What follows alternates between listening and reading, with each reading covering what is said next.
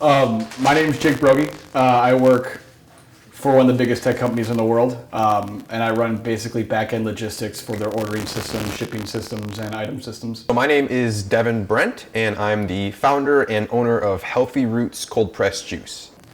I started working from home from the pandemic probably maybe the first initial week that it was announced that there was, at least some entry form of the virus in the country.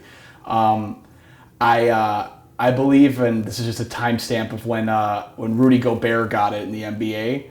That's like the week that my store actually decided to stop keeping people in store. Pretty early on, for me especially, so I have a underlying autoimmune condition, so I am technically, as they consider, at risk. So I actually started a little earlier than most people, I think, but I'm in a pretty fortunate spot where much of what I do can be handled remotely. With everything with technology nowadays, a lot of like orders and stuff like that all gets done through different online databases, so it makes it pretty easy and seamless then. It was definitely an adjustment. So for us, I'd say it was the biggest thing was just realizing that a lot of our new like customer facings and procurement was going to have to be canceled for the rest of the year. So we spent a lot of time really trying to bolster the current accounts that we did have.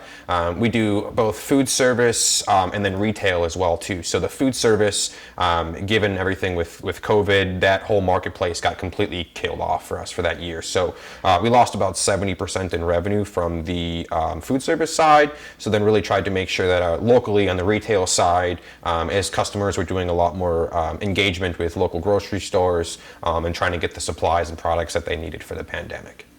At first it was like, oh, we get a week off. Like, yeah, cool. And then it quickly turned into, okay, what's going on? What's happening? I'm working from home. Do I have a job? Am I going to lose it? How am I going to work? What are we going to do? That was the biggest hurdle, and that was the biggest change where I don't know what's going on. And usually in the workforce, or at least any point of your life, you're looking for someone higher up to tell you what's going on. And when nobody knows what's going on, it really screws things up.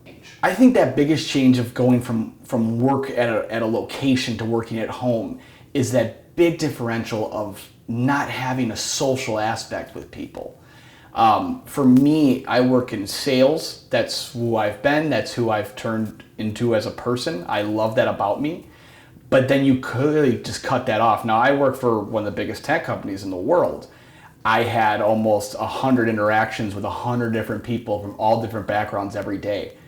They were all mostly positive, but obviously they're all different. So you miss that. You miss like, oh, am I still funny? Am I still charming? Am I still intelligent in conversations? Am I even acting right? Am I sitting properly? Like, those are things that were weird to me. Like, I didn't stand anymore. I didn't walk around as much. It was the activity of talking socially, being physically active, but also flexing your brain and really learning like just about people again. Or one of the things that I'm still kind of dealing with is I'm just a really big people person.